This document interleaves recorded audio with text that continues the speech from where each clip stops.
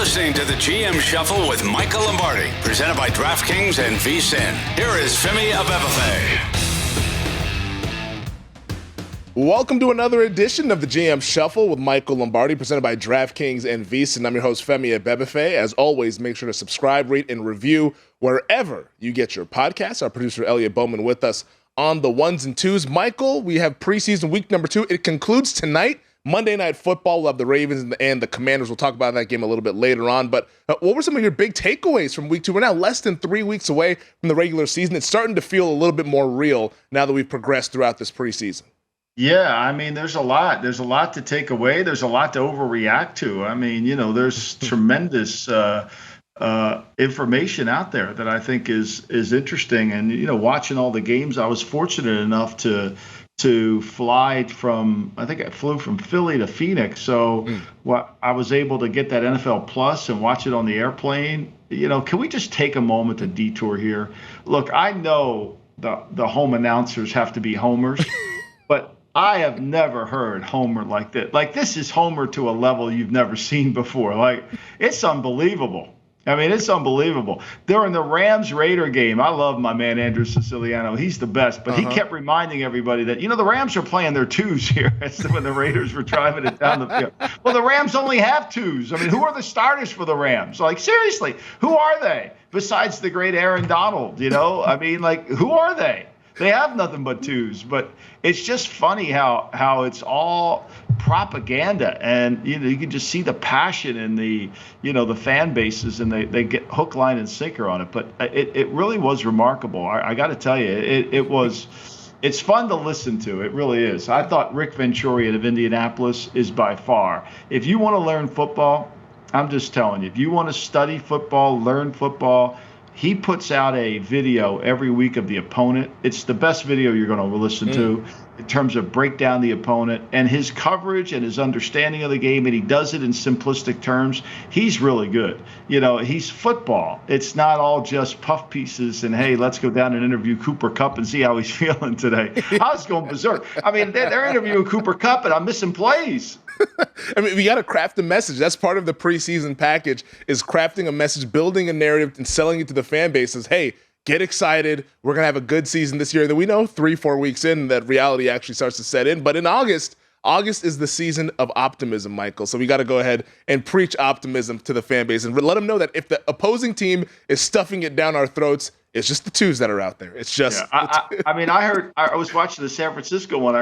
I heard the announcer. I think it was Tim Ryan. Great guy. He's good. He had Sam Darnold down at USC playing with Pete Carroll. Like, I don't think they ever crossed paths. Like, they did not. They did not. I mean, like, it's like, okay, like, I get it. I mean, it makes sense. I mean, look, I make 1,000 mistakes on name pronunciations and all that. I get it. We're all going to make them. But it's just, to me, it's like, whoa, it just gets a little too over the top. So what I was doing, Femi, is, other than the Colt game, I love Rick. I had a JFK. This is one of the best podcasts I've listened to. If you're an assassination buff like I am, this one is really good. This is called, it's called the JFK, let me just get the correct name. It's called JFK, Solving JFK. Okay. And it's done with this lawyer, Jeff Crumpton, I believe his name is. He's from Cincinnati or somewhere. And basically he presents both sides of the argument.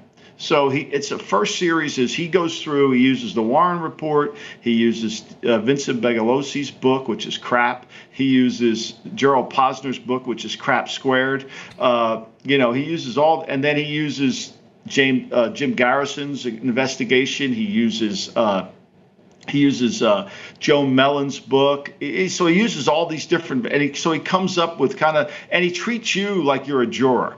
Now, if you listen to this pod and you think Oswald was up there alone, then don't even bother me anymore, please. Okay, but that's beside the point. But it's really good. So I'm listening to the pod and I'm watching the games. I mean, like, you can't get 4 hours of better than that. You really can't.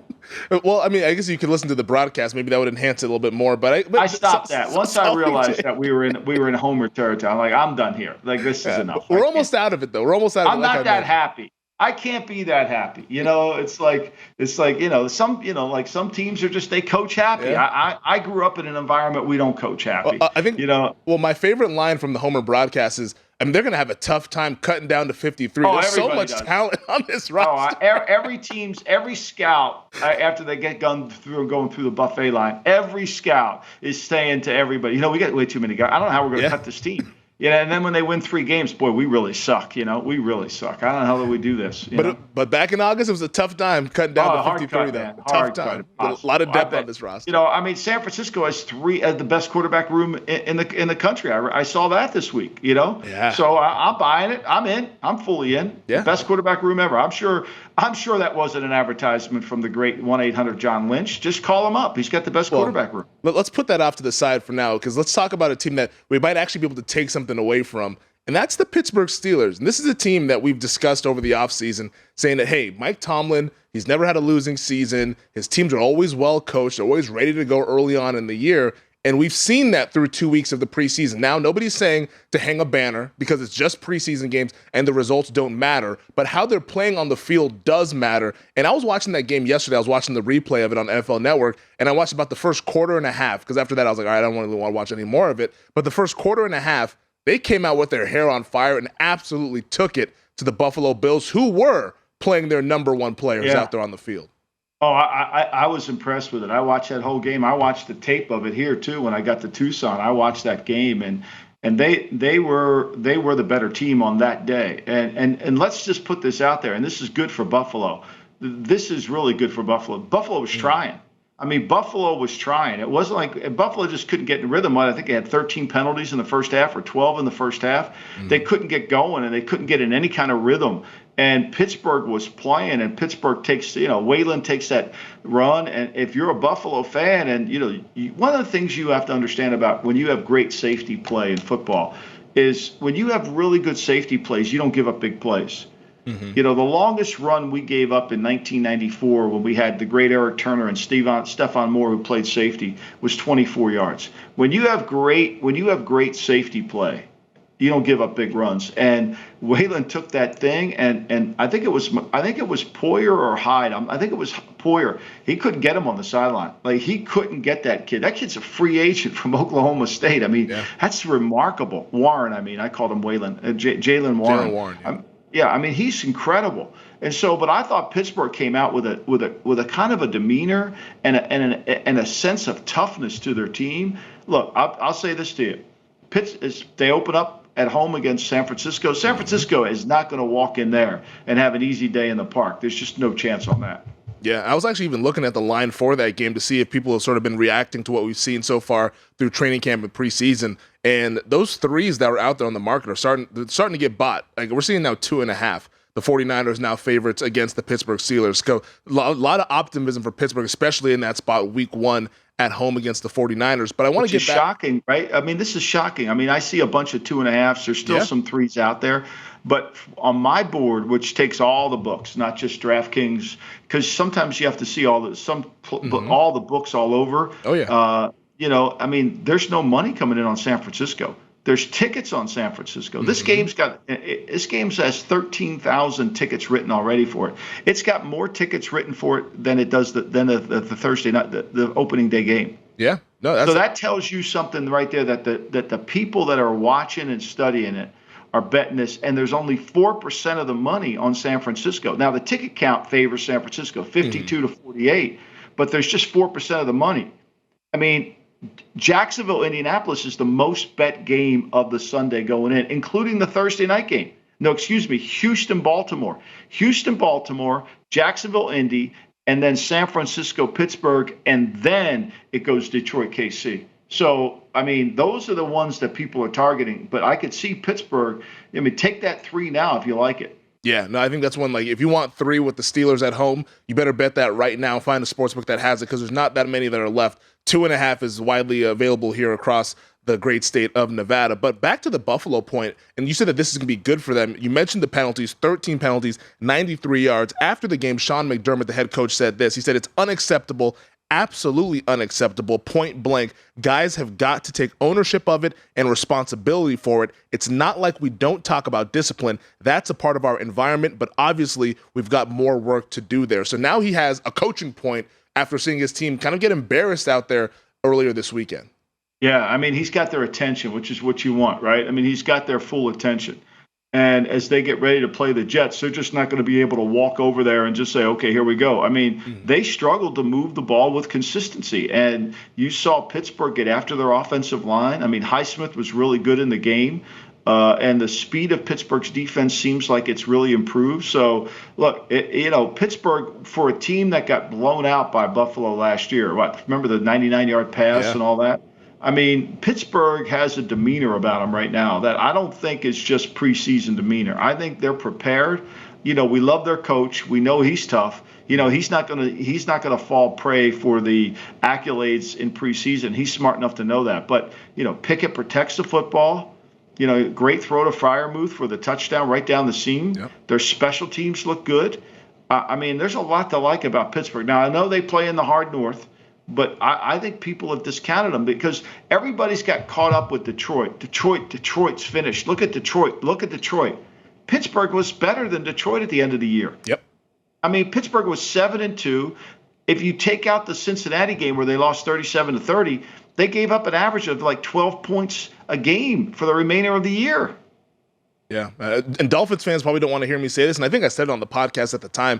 I was rooting for the Pittsburgh Steelers to get into the playoffs last year. I wanted the Jets to beat the Dolphins in that Week 18 game because the way Pittsburgh was playing at the end of last season, I was like, they can really give somebody a hell of a game. Now, the Dolphins ended up giving the Bills a game, so I got to give them credit there with Skylar Thompson starting at quarterback, but Pittsburgh was playing with, they had a look to them, and that's carried over throughout the offseason, and we've seen it now. And this is a young, hungry team. That offense, I mean, Pickett is in year number 2. George Pickens is in year number 2 as well. You got Najee Harris and Jalen Warren in the backfield. The offensive line has some youth to it as well. They're young and hungry, and on defense, that's a top 5 unit on that defense. I mean, you have impact players all throughout that defense. Well, they've been looking to replace Ryan Shazier for years. Now, I'm not saying Landon Roberts is going to do that, but they needed more speed inside. Obviously, with Miles Jack retiring, he wasn't the guy that did it for him last year. Mm-hmm. So we're saying, hey, we're not hanging banners, but just keep an eye on the Pittsburgh Steelers, especially early on in the season. I think that maybe by October we could be talking about them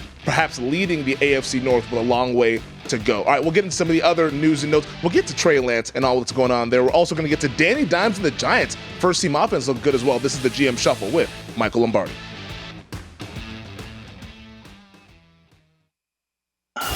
You're listening to the GM Shuffle with Michael Lombardi, presented by DraftKings and VSiN. Here is Femi Abebefe. Okay, we've held off long enough, Michael. Let's talk about the quarterback room in San Francisco. The 49ers, they beat the Denver Broncos earlier this weekend, 21-20 in preseason week number 2. Brock Purdy, he got the start, 4 of 5, 65 yards. Sam Darnold then came in, 11 of 14, 109, a touchdown and an interception. And then Trey Lance, 12 of 18, 173, a TD and an interception. Led the game-winning TD drive, Trey Lance there. So after watching the tape of those 3 quarterbacks, what is your assessment after week 2 of the preseason? Well, I mean, Purdy's going to be the starter. That's pretty clear. Yeah. Darnold's going to be the backup, and Trey Lance is going to be what Trey Lance is going to be, the third. I don't see them.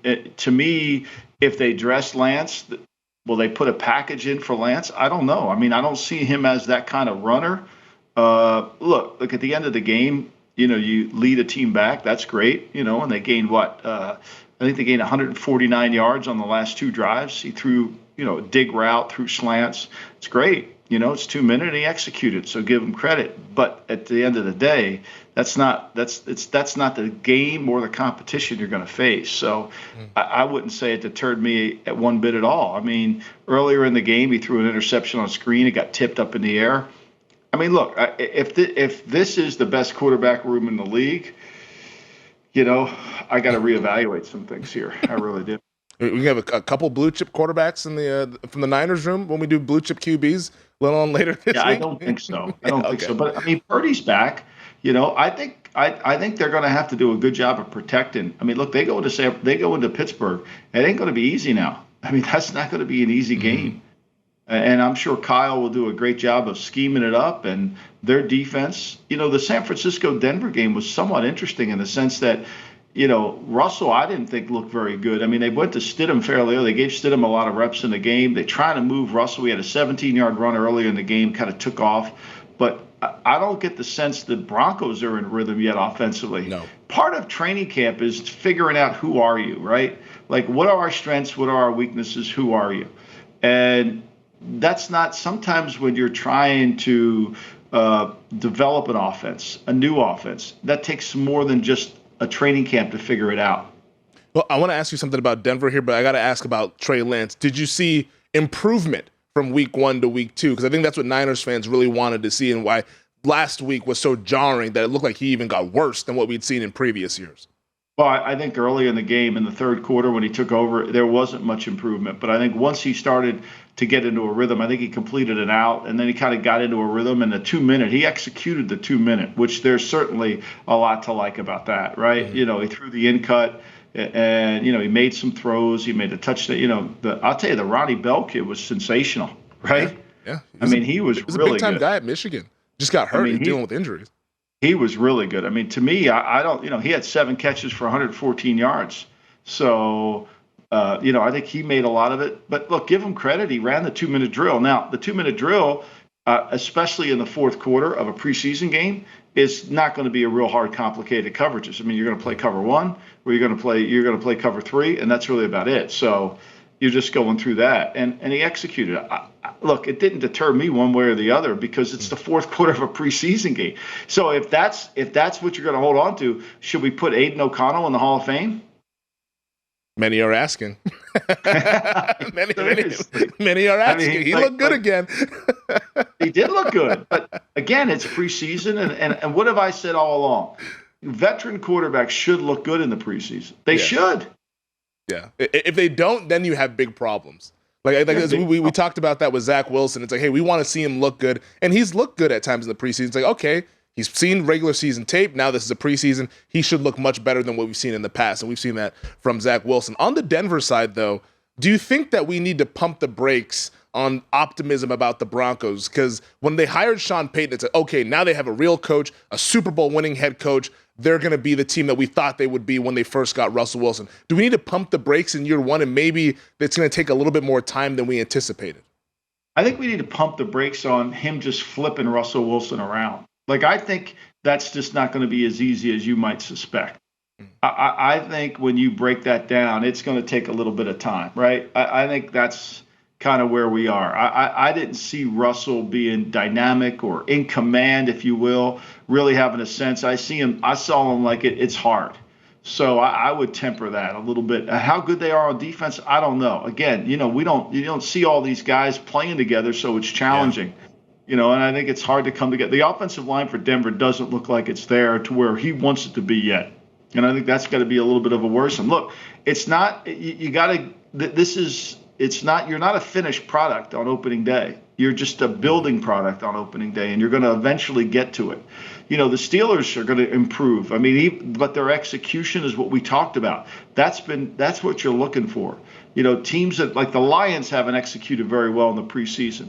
Does that mean they're going to get blown out in Kansas City? No. But, the Panthers haven't executed very well in the preseason. So there's certain things you're looking for. Can you draw any tangible evidence yet? I don't think so. I do think you can say Pittsburgh's a better team than they were last year, and they got better at the end of the year. Well, in talking about that execution, to that point, Connor Allen over at 4for4 Football tweeted this earlier this morning about the Broncos starting offense with Russell Wilson during 2 preseason games. They have 5 drives, 10 points, and 3.2 yards per play. So clearly they're not in a good spot right now, but you just want to see some progress. And like you said, this is not going to be an overnight flip the switch. Russell Wilson's back to being MVP Russ of the first half of the 2020 season, and Sean Payton, and all systems go. It's going to take a little bit of time. You almost have to to me, it still seems like they have to kind of build Russell Wilson back up from start from scratch. Let's build him back up into being a winning quarterback after, I don't know if it was learning bad habits last year or just it wasn't a great fit with Hackett, but whatever last year was. I think his eye level's down. I think his eye level's down. I think he's worried about the contact. I think he wants to avoid. Now, he took off and ran for a first down for 17 yards, but I think that's the concern in Seattle in his last year there was he wouldn't run. And last year he didn't. And to me, if he doesn't climb the pocket and his eye level isn't down the field, that's going to be a concern because Sean can only manufacture so much 3-step drops. You can only manufacture quick hitches and outs and boots. They've run a ton of boots for him. at some point you got to stand behind the quarterback and make you got to stand behind the center and make a throw. And I'm not sure he's going to get there yet. It's been a little. If he were a baseball player, you would say he's on the downside of his career. Are you hitting the panic button on the Carolina Panthers offensive line? Because Bryce Young, once again, back there he was getting touched up a little bit. He got the shit kicked out of him. You don't have to be polite here. Look, I think this has been Frank Reich's to be his biggest issue. He's 0-4-1 in opening games. Does he get his team ready for the opener? Is his team, do they take advantage of training camp? I mean, how many people have lost their survivor ticket because of Frank Reich, right? Think about that. It cost people money. I mean, he's cost a lot of people money. I mean, if you're in Survivor, remember that year they went down to Jacksonville? Were they a 10-point favorite down there? Yeah. It was Jacksonville's only win of the season. And he wiped out the whole – I mean, he's Derek Stevens' best friend. He must be, right? I mean, he wiped out a whole section of Survivor. I don't know. I mean, when he first went to Indianapolis, the staff that he inherited a staff in Indianapolis because McDaniels, remember, took that job and then backed out. And Dave Gooch, a really good coach. Dave was with us in New England. He's kind of bounced around a little bit. It was in Miami, but Gooch could coach, and he fired Gooch after a year, and that Colt line never got. And he hired his guy to come in. Well, when he goes to Carolina, he's got Campen, and Campen's a really good line coach, right? And Campen had that offensive line really going in the right direction. They were moving, they were making plays, and I think to me, now they're not playing to the same level. Either they get back to the way they played last year and Frank's adjust, or this is going to continue to get ugly and Campen's going to be a fall guy for something that shouldn't have happened. Yeah, and my biggest concern, too, for Bryce Young, we talked about durability being a thing during his draft process. If he continues to get hit, he could be 6'5", 230 pounds. It don't matter. It doesn't matter. Yeah, like he's eventually going to get hurt there. They're not even playing fast yet, Femi. Yeah. I mean, that's the thing. Nobody's playing fast yet. I mean, so you got to be worried. If I'm David Tepper, I'm asking myself, what did Frank do to convince me that he deserved a second chance, right? Like, what did he do that makes me feel like I shouldn't have hired somebody? Now, they hired him because, they let Steve Wilkes walk out of the building. They didn't give him the job. Steve Wilkes proved on tape that he made that team better. Mm-hmm. He proved it on tape. Like, to me, if I'm Tepper's taking no heat for this either. Like, he went and hired Wright. And let Steve Wilkes, who demonstrated that he was really got that team turned around. Yeah. I don't know. Yeah, and Frank Reich, he was bought in to be the quarterback guru, but you're not making the situation for the quarterback good with an offensive line like that. Card, that label on quarterback guru, I mean, what quarterback has – I mean, you got to go back to Herbert. I mean, what quarterback – Phillip Rivers? I mean, Matt Ryan? Carson Wentz? I mean – at some point, you lose your guru card when you don't produce. Like, you can't keep carrying your guru card around. Like, you just can't have it all the time. The ru leaves the guru. Like, it just doesn't stay there. Like, get your team ready. Like, I don't see them being ready to go. I think Detroit, they haven't played golf. I think Detroit, even though they haven't played well, I think Detroit's getting their team ready. I'm not ready to write them off, but I don't see the Panthers, the way their offensive line's playing, get ready. Like, New England's offensive line isn't playing very good right now, but they're playing a lot of young guys in their offensive line. They got a lot of injuries. When they had Trent Brown at left tackle, they were better. But to me, there's reasons. Sometimes there's reasons. Like, nobody in Carolina is hurt. Like, they should be playing and running the ball at a high level. Yeah, and so far what I've seen in the preseason from Ike Ekwonu, their first-round pick from a couple years ago, oh, he looks terrible. Yeah, he looks bad, man. He doesn't look like the same player. I don't know what's going on, or if maybe tackle's not a good fit. Maybe he needs to play a guard or what. No, he played tackle last year, and he was a rookie. He played it, and in camp and coached him. I mean, they got to get this fixed, and they got to get back to being more physical. Like, I think the other issue is this. I think every new guru in quarterback play, they want the quarterback to be when they want little quarterbacks to be in shotgun, and they think it helps them see. They need to be under center. They need to be under center. It helps balance the run game. It helps separate the defense. Like, all this shotgun, they need to be under center more so you can run. So you could run play action, all the boots and all that stuff to help them, and that helps the line. Yeah, keep those pass rushers off balance. Don't let them just tee off on your guy. By the way, to your point about Frank Reich owing people money, last year the Colts knocked out 876 Survivor entries. It was the second most picked team in Survivor last year when they tied with the Houston Texans. Ties don't win. The year before, how many did knock out the year before? So that's $8,000 he's cost people. We love you, Frank Reich, or do we? We'll talk more quarterbacks on the other side.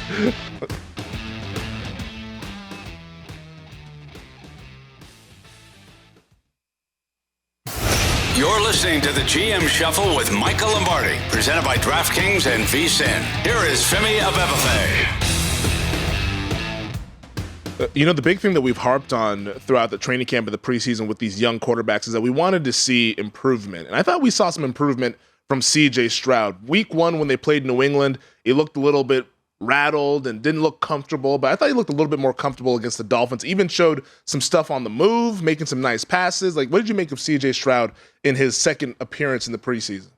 Well, I mean, he's got a hill to climb that's fairly steep, right? Because he's never been under center. And, they're going to, with Slovic, the offensive coordinator in Houston, they're going to run Kyle's offense, and that's under center. And I think that's going to help them. The first drive of the game, they turned the ball over. Tua throws the interception. They turn it over, and they got the ball. They move the ball, and he's got a chance to make a couple plays, and they go for it on 4th down, and they try to run fullback in the flat, and they don't block the guy, and he almost gets killed. So, and then I thought he had a nice drive, bring him down. He had to settle for a field goal, but it's going to be a work in progress. Mm-hmm. It's interesting. We have Stroud is listed as a starter on the betting board, and that line against the Ravens went from 10 down to 9.5. With him as the starter listed, and then D'Amico says he hasn't named a starter yet. So I'd be shocked if it's not Stroud. Look, I thought Stroud played better this week than he did the week before. Their offensive line, they kept they didn't have Xavier, they didn't have the Titus Howard in there, the right tackle, but for the most part they kept their offensive line in there, and they got a lot of kinks to work out. I thought Miami, the opening drive of the game with the interception, but then Miami took the ball. They went 99 yards down the field and made throws, and they were really in their rhythm in terms of their offensive game. Yeah, no, I thought Miami, like Skylar Thompson, that's what I expected in week 1 when I bet the over when they played the Falcons, and he was actually 15 of 22, 157, and 3 touchdowns. Looked more like the guy that we saw playing in a playoff game a season ago than what the hell he was doing last week. I don't know what that was against Atlanta, but I think Stroud. I think the overall point is just hey, we want to continue to see him grow in this new role because it is completely it almost feels like he's playing a completely different position than what he played at Ohio State, even though it's both quarterback. But from that system to now this Shanahan style system under center, he's being asked to do things that he was never asked to do when he was in Columbus. No, I mean, and so it's going to take some time. Will Anderson, oh my God, he got a sack in the game. Nobody blocked him, and he got a sack fumble when nobody blocked him, and they all went nuts. Lawrence Taylor? Like, oh my God, that's why oh my God, everybody went all Dick Vitale. Nobody blocked him. Nobody blocked him. Yeah. At some point, it's like, you're running routes and you're catching all these passes and you're going against zone and, okay, great. You caught the pass. I mean, it's great, but it's zone. Nobody's covering you. You're not open. You don't have to get open. It's funny. It's so good. We just can't wait. We can't wait. We got to confirm our priors. The confirmation bias is what the preseason is for. If I liked you pre-draft and you make a good play, here we go. This is what we said. And then if you don't play well, it's just preseason. I thought it was interesting. He didn't play Case Keenum in the game. He went from Stroud to Mills. Mm-hmm. And, Mills kind of played the way he typically always does. And, 10 for 22, long play of 24 yards. Didn't really move the ball. My sense of it is because he didn't play Keenum, Keenum he sees as the backup. I think he sees Keenum as the 2 because Keenum is the best quarterback on the team right now. Doesn't mean he's the most talented quarterback, but he is the best quarterback on the team right now. But I think to me, he's going to start Stroud. He's going to start Stroud. Hey, look, if you're a Dolphin fan, the guru called 38 runs the other day. You got to be and they gained 200 yards rushing. Yeah, that's what he was brought in for. Run game guru. He's a run game. Yeah. That's what his card says. His guru card says run game guru. So they brought him in for that. So you got to feel good about that. 38 rushes for them. That's pretty good. Yeah, they were doing that in 2 games last season there, even though they were winning a lot of games. Let's get over to the Colts and the Bears game because we didn't see the starting quarterback for either team. Not surprising that Chicago didn't play Fields, I guess, because it sounds like a lot of these younger veteran guys aren't playing. But I was shocked to see that Anthony Richardson, after being named the Week 1 starter, did not play in this game. To me, I don't know, maybe if I'm overreacting, but I was like, this guy, we talked about how he needs to get reps, he needs to get better. Yes, he's your Week 1 starter, but you want to see him out there playing, even if it's for a few series, at least get him out there. But I think what happened, Femi, is here's the problem. You do, but then you don't want to play your starting offensive line.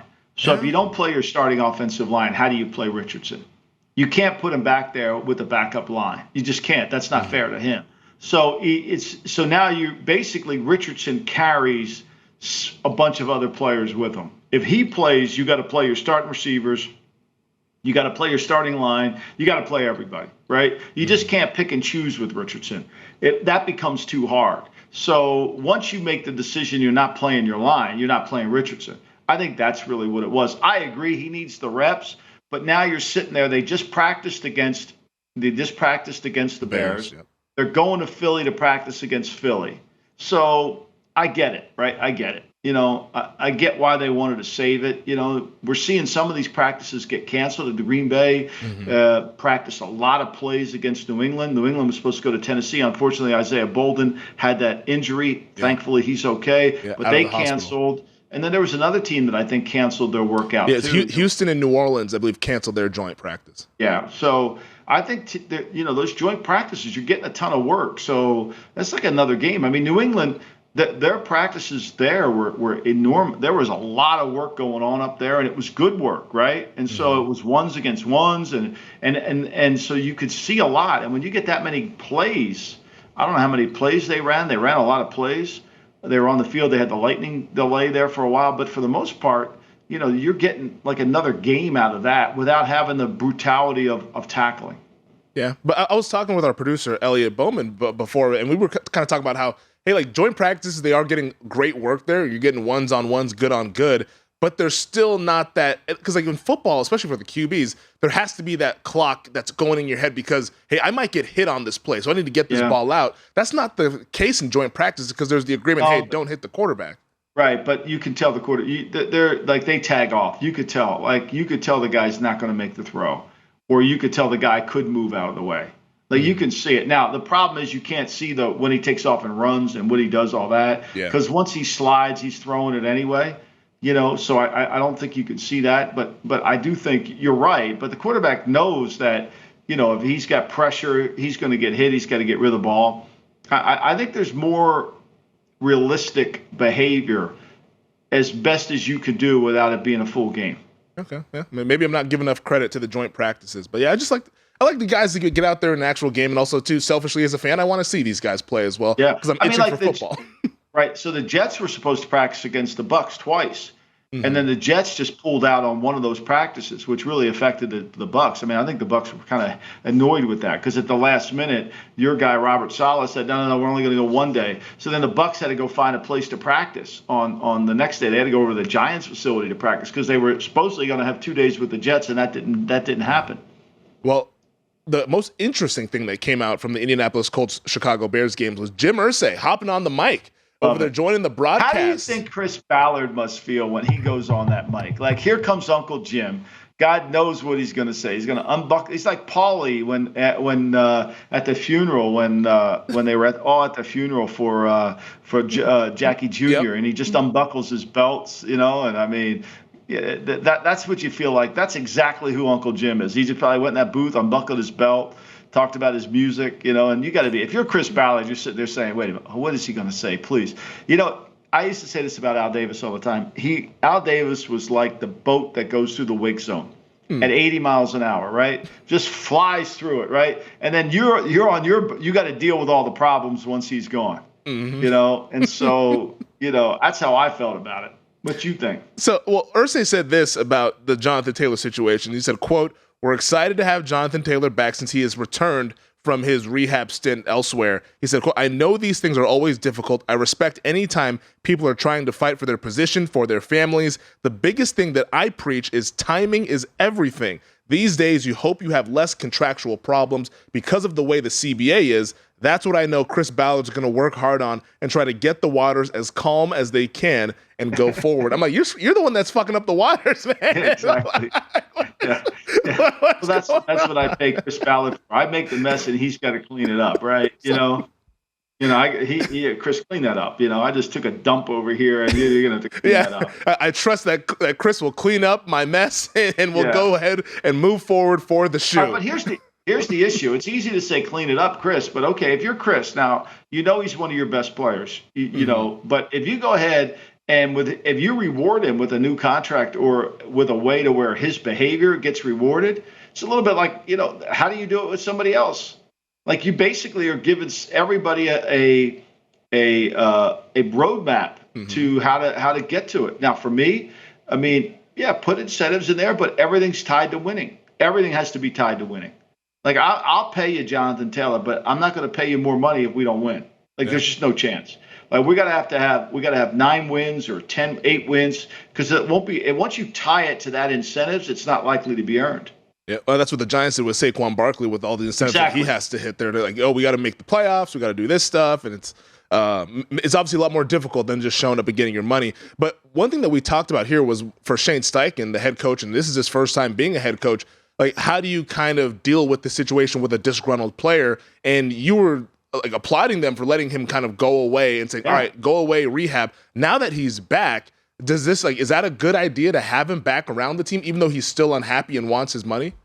Well, it depends on what his attitude is back. I mean, obviously, Irsay kind of opened the door a little bit to let some light in there to see maybe they are having a conversation. We're not privy to if Chris is talking to his agent or what's going on. So, and being back, he's still on PUP. He hasn't been cleared to play yet. Yeah. So, is he headed to PUP for 6 weeks? I don't know.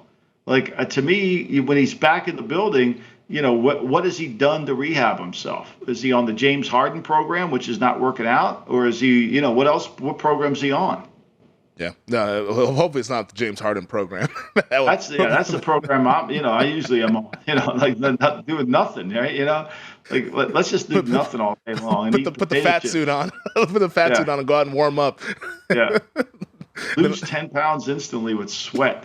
Yeah, imagine that one. Just go sit in the sauna. But yeah, I think the Colts, the situation with Jonathan Taylor, I would like to see Taylor with Richardson in that backfield. I think those guys can be really dynamic, especially in the run game. But maybe they are starting to kind of mend some fences here now that they're open, speaking about him openly, and Taylor is once again back at Colts camp, but not back on the field, still on the PUP list, but maybe with a smile on his face versus the frown that he had a couple of weeks ago. All right, on the other side, we'll wrap up the show. We're going to get to all the other happenings from around the league. Daniel Dimes, what he's doing in New York. Desmond Ridder, he looked a little impressive as well. And of course, everything else in the NFL. This is the GM Show.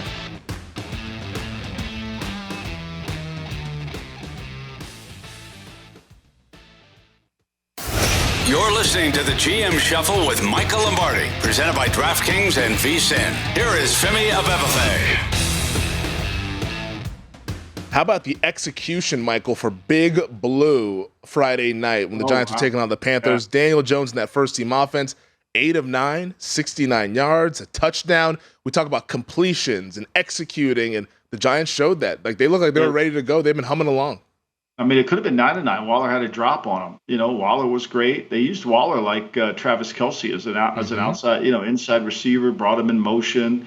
Did all that, look, that's the one thing, give Brian Daboll a ton of credit. His team, his execution the last 2 preseasons have been really good, and I think he works his team to the right level, and it shows. And look, I didn't think Dimes had a really hard throw to make in the game, and Carolina wasn't playing any complex coverages. I mean, Carolina, kind of seems like a step late in everything. Yeah. But give them credit. I mean, it's what you want. You want their execution to be at the highest level. Now they got to do it. When they do it against Dallas, it's going to be a completely different game. Yeah. I wanted to bet Carolina week 1 against Atlanta, but I don't think I can. Not with what I've seen. And I don't want to overreact, but just knowing what we know about Frank Reich's history and now also seeing this as the start to the preseason, it doesn't look good for the Panthers, at least to start the season. Maybe they kind of get things rolling once we get to October. I mean, there's 8,000 reasons not to bet Frank Reich in the opening game. There's 8,000 reasons. We've seen it, right? Like, for someone like me to say past performance predicts future achievement, why would I go with a guy who's 0-4-1 in openers? It's like, it's hard. Like, one of the things you have to do if you want to bet week 1, you got to go back and look at the coach and what his team did the week 1. We know Andy Reid runs a tough training camp, so he's got his team ready to go. Oh, yeah. Look, he played Mahomes in the first game, 1 series. He played Mahomes 3 series in the second game against Arizona because they couldn't move the ball. They struggled to move the ball. They got third down, they couldn't convert. They got penalties. So, he played his guys. I think, to me, that's what you want before you handicap it. Is like, does he have his team ready to go, and what's the team look like? Yeah, and Andy Reid tends to be pretty good in Septembers. And it's not a coincidence based on the training camps that he runs and his guys get those reps in the preseason. Speaking of those Atlanta Falcons, we saw the year 2 debut for Desmond Ridder out there, 7 of 9 against the Bengals, 80 yards, threw an interception there on a batted ball near the goal line, but for the most part, Ridder looked pretty crisp. The Falcons' offense, we saw Bijan Robinson with a nice 12-yard gain on his first carry. This was, I guess, kind of what they were thinking about when they were visualizing what this Falcons offense could be. Yeah, I mean, look, again, Cincinnati's not a great preseason team. We know that, right? They start the 5-4 the last 2 seasons, so I think would temper it down a little bit.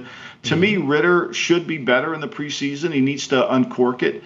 That drive that he threw the interception on, I think they gained like 115 yards, but they didn't score. Like, they got penalty and came back. They started from like their own 2 and went all the way down the field. But I think with their offensive line, which is good, I think their skill players are really good. It's going to come down to him pulling the pin, right? He's got to throw some tight window throws. It's one thing when you're watching preseason and guys are running against zone coverage and they're making catches. Let's temper that down a little bit, right? Like, was it a hard throw? No, of course not. It's easy. It's like 7-on-7. So you can't get carried away with it, right? When a guy's making throws and he's got somebody in his face and there's overloaded pressure or there's odd floater pressures and all that stuff, which we don't see in preseason, right? And that's what happens is the game becomes faster because the schemes become more complex. And I think you got to temper that. So that's where I think Ritter's going to have to show that he can do that. Now, Carolina, what are they going to show? I think they've been very vanilla in preseason. And defensively, I'm talking about. Is there anything that we should read into with this Bucs quarterback competition? Because we saw Kyle Trask play a majority of this game. Baker Mayfield did not play in preseason week 2. Todd Bowles came out after the game saying, hey, we wanted to see Trask in that 2-minute situation against the Jets defense. Then, unfortunately, John Wolford, he got hurt. And it was, hey, Trask is the guy that's warm, and it would be unfair to Baker to kind of throw him out there with the backup offensive line in that setup there. So is there anything that we should read into that maybe Baker Mayfield is already established as QB1, even though Todd Bowles has said there's no timetable to when he will name a starter? I mean, it's like Todd, if he was QB1, Todd would say it, right? Why wouldn't he say it? What's he hiding, I mean, why would you don't the opening game? I mean, you're getting ready to play Minnesota. You think Minnesota thinks they're going to, you've watched the offense. Both offenses are going to run similar to the path, whether Baker's the quarterback or whether Trask. I actually didn't think Trask was bad. He didn't get a lot of protection. He had a lot of heat coming from the Jets. So I didn't think he was as bad. And I think Wolford getting hurt went back to Trask. You don't want to go back to a guy who hasn't really taken any reps. Maybe Baker was slightly hurt. Maybe something was wrong. There's no injury report right now. Yeah. So when he doesn't say that, Baker didn't play, and he doesn't have to say it's because maybe his hamstring was sore. I don't know. I'm just, guessing here. It's like it's all we can do because there's no injury report. Yeah. He just said that Trask was warmer at the time, and we took out the line, and he was ready to go once John Wolford got hurt. So that's why they went ahead and put Kyle Trask in that situation, and Baker Mayfield did not play in week 2. We'll see how they kind of treat the third preseason game here. Yeah, either way, are the Bucs going to be any good offensively? I mean, either way, doubtful, right? Doubtful. I mean, they can't really run the ball. There's no power in their offensive line. They've got a lot of cap. They lose the receiver Cage. Their cap is really kind of, they're paying a price for the Super Bowl. Evans is really underpaid. They could go to Evans and redo his contract and pick up some cap room, which I would suspect they might do that before the season starts because they're going to need to have cap room for the practice, all those things. So there's going to have to be some redo of contracts. But are they good enough? Are they good enough on defense to carry them, right? Are they good enough on defense to carry them? I don't know. I don't have a read on Minnesota yet based on this preseason either. I don't really have a sense of them. Where are they? The Titans, Malik Willis, what did he throw for less than 100 and some yards? And then they lose Burks to the injury. They're not going to play Hopkins. Chestnut ran the ball really well for Tennessee, but, we don't see Henry. And I think Spears is going to be a great player. It's hard to judge that. Tennessee has not been a very good opening day team. they've lost to Arizona at home and they lost to the Giants at home the last 2 years. Yeah, both of those being home games. Maybe they'll be dialed in on the road. They just need to get away from Nashville. We'll see if that's the case. Are you excited about Jordan Love? Jordan Love, 5 of 8, 84 yards against the Patriots, threw a nice touchdown pass as well during the series. Any optimism here about Jordan Love? Because Packer fans are starting to believe. I think Jordan Love has just got to be good. Let's not get him great. I think, when he threw the touchdown pass to the Patriots had taken their coverage guys out of the game. I think it was Wade that was covering. Dobbs made a great play on Bolden earlier on that drive and just got his foot in bounds. It was a good throw, and Dobbs made a great catch. I think Green Bay has a chance to be really good defensively. They draft Van Ness in the first round. But this 55 kid, I can't say his last name. Yeah, from Kingsley Enagbare. This guy, this Kingsley the King man is good. Now he might be their best rusher on the team. He's better than Preston Smith. He's better than Van Ness right now. He can really bring the heat. He can rush to power. They're going to have to play him. I think they're good on, and this is not counting Rashawn Gary. They didn't play him. Mm-hmm. So, and then Aaron Jones played one play for 6 yards, and and then he came out of the game. I think if Love can just make the easy, keep it easy, as opposed to making it hard, they got a chance to move the football, and I think they will. I'm not down on Green Bay at all. I'm not saying that Love's going to be a Pro Bowler, but I don't think Love's a washout. I think that they got enough stuff around him, especially with Watson, especially with Dobbs, especially with their running game. I think that they can certainly help him. Yeah, well, hopefully Big Daddy's starting to turn a little bit. I know you wrote that column, and Big Daddy was all up on you. I don't think first of all, Big Daddy's not. It's amazing. He's kind of like you a little bit. Big Daddy cannot watch and know. That's an incredible quality to have. You don't even watch the game, but you know. I don't know how that happens. You watch 4 games at one time. I don't know how the hell that happens. Big Daddy doesn't even watch. He just looks at the box score or something, and he knows. It's a unique quality to have. It's unbelievable. He's all knowing when it comes to the Green Bay Packers and other things as well. Most of these fans are. Most of these fans are all knowing. It's like all these people judging quarterbacking play in preseason. We didn't even talk about, the Rams. The Raiders practiced against the Rams. They went down there. How good are the Rams? Look, they say Stafford's healthy. That's great, right? For how long? Cooper Kupp. They have no margin for error. They're a young team. They were talking on the broadcast about this receiver from BYU that I didn't even know. He's a 5th rounder. He's got, they talked about him like he was the second coming of John Jefferson. Oh, it's Puka Nacua. The Rams wide receiver. Yeah, there we go. So Puka. Yeah, they're excited about Puka Nacua out there. They're excited about Puka. That's what I was told. I don't know. I didn't see Puka. I didn't watch the practice tape. But I know this: the Raiders look good. Their offensive line's better. The Raiders are like the Steelers in the sense that their execution is good. Are they going to be a good team? I don't know. But O'Connell comes in. Other than one deep throw that he missed, he played really well. He was good. Yeah, I'm telling you, O'Connell. We're pumping the brakes. We're pumping the brakes a little bit. We don't want to get too excited. He took the title away from Ellinger as the all first team all preseason. I'm telling you, man, something about these 4th round quarterbacks. You take one, and every now and then one of these guys develops into being a quality starter. Maybe that's in Aidan O'Connell's future as well. Before we get out of here, though, Michael, we have Ravens Commanders to wrap up. Week number 2 of the preseason. I think we're going to see Sam Howell. We haven't seen anything that he's not going to play or he's going to play. They got to play Howell. Yeah, I feel like you would see him, and I'm expecting that he's going to be like the starting quarterback there for the team. I believe they already named him the starting quarterback, I want to say. So Sam Howell, no Tyler Huntley or Lamar Jackson, so the 2 Pro Bowl QBs for the Baltimore Ravens will be on the sidelines. It'll just be Josh Johnson. Yes. Hey, man, these are facts. They got a great quarterback room, too. I don't know how you – I would be insulted if I was Baltimore thinking that San Francisco's quarterback room is better than mine. I got 2 Pro Bowlers sitting here. It's factual. It's factual. You can't argue with it. You can't. But the Ravens, they did sign Jadeveon Clowney, which kind of goes along with what we were saying, that it's a little concerning. Their pass rush is I think the signing of Clowney makes me concerned about Ojabo and Owe, those 2 young guys that maybe they're not coming along like they had hoped for. Well, I think that, and they signed Darby, their corner. They got to move Humphreys out for a while. I mean, they're hurting. When you start to sign veterans because you got some injuries, their defense is hurting right now. And we'll see where they are offensively. I don't think Lamar's going to play tonight. We'll see their backup offensive line. But, look, that line, interesting. Houston's moved from 10 to 9.5. Is Baltimore that good? We're going to find out. Yeah. The Ravens trying to keep that 24-game preseason streak alive. 24 straight. We'll see if they can make it 25 straight later on tonight. That does it for this edition of the GM Shuffle. We'll be doing our pass catchers, blue chips, red chips coming up on Thursday. But thank you to DraftKings, thank you to VSiN, thank you to our producer, Elliot Bowman, with us on the ones and twos. As always, thank you to you, Michael. Safe travels back to Jersey. We will see you on Thursday for another edition of the GM Shuffle here on the DraftKings Network.